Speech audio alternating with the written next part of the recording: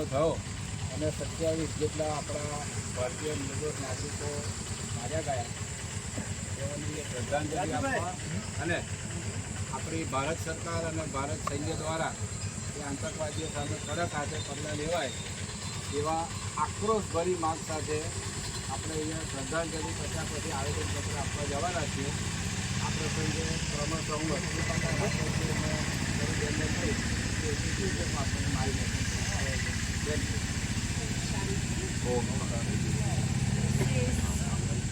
આપણા જે પર્યટક ટુરિસ્ટ ભાઈઓ અને બહેનોને જ્યારે પહેલગામની અંદર ગયા તે વખતે એમને ખબર પણ નહીં હોય કે અમારે આ રીતનું દેશનું છે, પરંતુ આતંકવાદીનો હુમલો અને આપણા 28 જેટલા આપણા ભારતીયોનું જે મૃત્યુ થયું છે આપણા માટે ખરેખર બહુ દુઃખનો પ્રસંગ છે.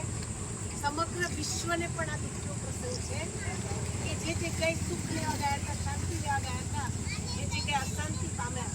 એવા દેહ ચોરીને ગયેલી આત્માને ભગવાન શાંતિ આપે અને એમના પરિવારજનોને વિશેષ ભગવાન સહાનુભૂતિ આપે અને જે લોકો અત્યારે ઘાયલ છે, હોસ્પિટલની અંદર છે, એ જલ્દી સ્વસ્થ થઈ જાય અને એમના પરિવારની પાસે પહોંચી જાય એવી આજના પ્રસંગે ખાસ પ્રભુને પ્રાર્થના છે. આજે અહીંયા વિશેષ પંકજભાઈ અને પંકજભાઈની ટીમે જે પ્રોગ્રામ આપ સૌને અભિનંદનને પાત્ર છે. આવા પ્રસંગોની અંદર આપણે બધા સહભાગી બનવું જોઈએ. આપણે કોઈ પક્ષને ન જોતા એકમત બની આવા પ્રસંગની અંદર આપણે સહાનુભૂતિ માટે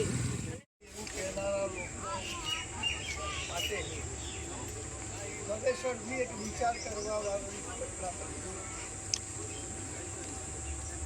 આતંકવાદી હુમલા તો આપણે ત્યાં પાર્લામેન્ટ પર પણ થયા, તાજ હોટલ પણ મુંબઈમાં થયા, ટિફિન બોમ્બ અમદાવાદમાં પણ થયા, પણ આજ સુધી આ ઘટનામાં જે પ્રકારે હિન્દુ પણ છે એની ઓળખ કરીને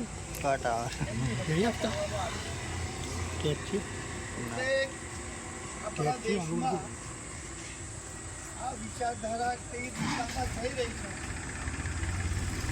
એને આપણે નોટિસ કરવાની જરૂર છે.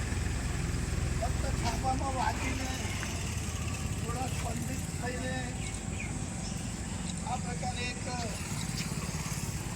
આક્રોશ રેલી આમ એનું આયોજન કરવું હોય એટલું સારી વાત છે. આ દિવાળીમાં અમે તેમની સાથે જ છે. આ કાયરતાપૂર્ણ હુમલામાં ગુજરાતના પણ નાગરિકો ભોગ બનેલા છે. તેમના પરિવારજનો પ્રત્યે પણ અમે સહાનુભૂતિ પ્રકટ કરીએ છીએ. તેમના રાજ્ય સરકાર તેમના પરિવારો પ્રત્યે સંવેદનાપૂર્ણ મદદ કરી તેવી પણ લાગણી વ્યક્ત કરીએ છીએ. અમો વસો તથા આજુબાજુ ગામના તમામ નાગરિકો આ આતંકવાદી ઘટનાને કારણે ખૂબ આક્રોશ અનુભવીએ છે અને જે લોકો આ ઘટનામાં સંડોવાયેલ છે એવા તમામ લોકો સામે કેન્દ્ર સરકાર જડબાતોડ જવાબ આપે અને તેમને યોગ્ય નિશ્ચિત કરે